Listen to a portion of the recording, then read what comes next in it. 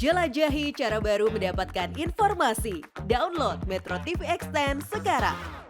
Sejumlah pabrik pembakaran arang di wilayah Lubang Buaya, Jakarta Timur ditutup sementara oleh pemerintah Provinsi DKI Jakarta karena dinilai berkontribusi terhadap polusi udara. Seminggu pasca penutupan, pemilik usaha pembakaran pun mulai mengeluhkan penutupan ini. Berikut liputan Sisilia Sinabariba dan Widiarto Cahyo Adi untuk Anda.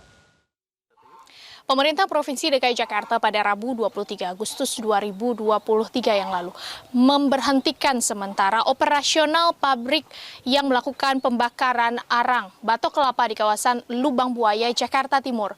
Pemberhentian sementara untuk 10 tempat produksi pembakaran arang ini dikarenakan pemerintah Provinsi DKI Jakarta termasuk Dinas Lingkungan Hidupnya menilai bahwa pabrik arang ini berkontribusi terhadap polusi udara yang terjadi di wilayah DKI Jakarta.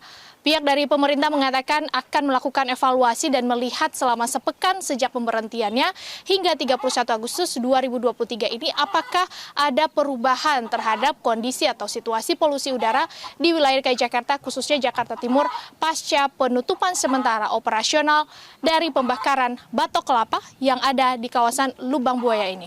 Namun di sisi lain pihak dari pengusaha ataupun pemilik dari pabrik batok arang ini kemudian menuai komplain atau menuai kritik karena mengalami sejumlah kerugian. Saya akan mencoba menunjukkan kepada Anda bagaimana tungku atau tempat pembakaran dari pembakaran batok kelapa sehingga menjadi arang ini. Saya bersama dengan Pak Legowo yang juga menjadi salah satu pemilik ya Pak ya.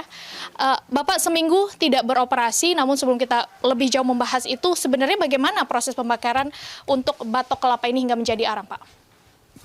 Dimasukin satu keranjang, dibolongin tengah, dibakar pakai plastik. Butuh waktu berapa lama dari batok kelapa bisa menjadi arang yang siap dijual, Pak?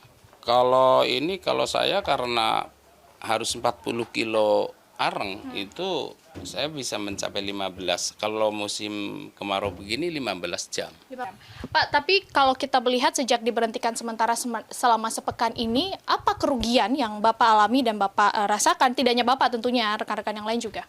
Iya, kerugiannya udah jelas. Kan kita udah jelas nggak ada penghasilan kan, Mbak. Tapi kemarin Bapak, kami mendapatkan informasi juga ada kompensasi yang diberikan oleh pemerintah, benar nggak Pak? Ada dari LHK 4,2 untuk 10 cerobong. 4,2 juta untuk 10 cerobong. Untuk 10 cerobong, tapi duitnya sama yang punya tanah. Nggak dibagikan ke 10 cerobong ini, Mbak. Artinya Bapak belum menerima kompensasi itu juga ya, Pak ya? Iya, Terima kasih Pak Legowo atas informasinya. Semoga tadi solusinya bisa segera ditemukan ya Pak ya. Dan sampai saat ini pemerintah Provinsi DKI Jakarta terus mengungkapkan akan melakukan sejumlah evaluasi termasuk sejumlah kebijakan yang sudah mereka lakukan. Baik itu penerapan work from home bagi pegawai negeri sipil maupun bagi anak sekolah nantinya. Namun kalau kita melihat dari aplikasi untuk mengukur kondisi udara atau IQR setidaknya seminggu setelah pemberlakuan ini, kondisi udara atau udara di wilayah Jakarta Timur ternyata masih menunjukkan tidak sehat meskipun sudah seminggu dilakukan penutupan sementara untuk operasional pembakaran arang ini.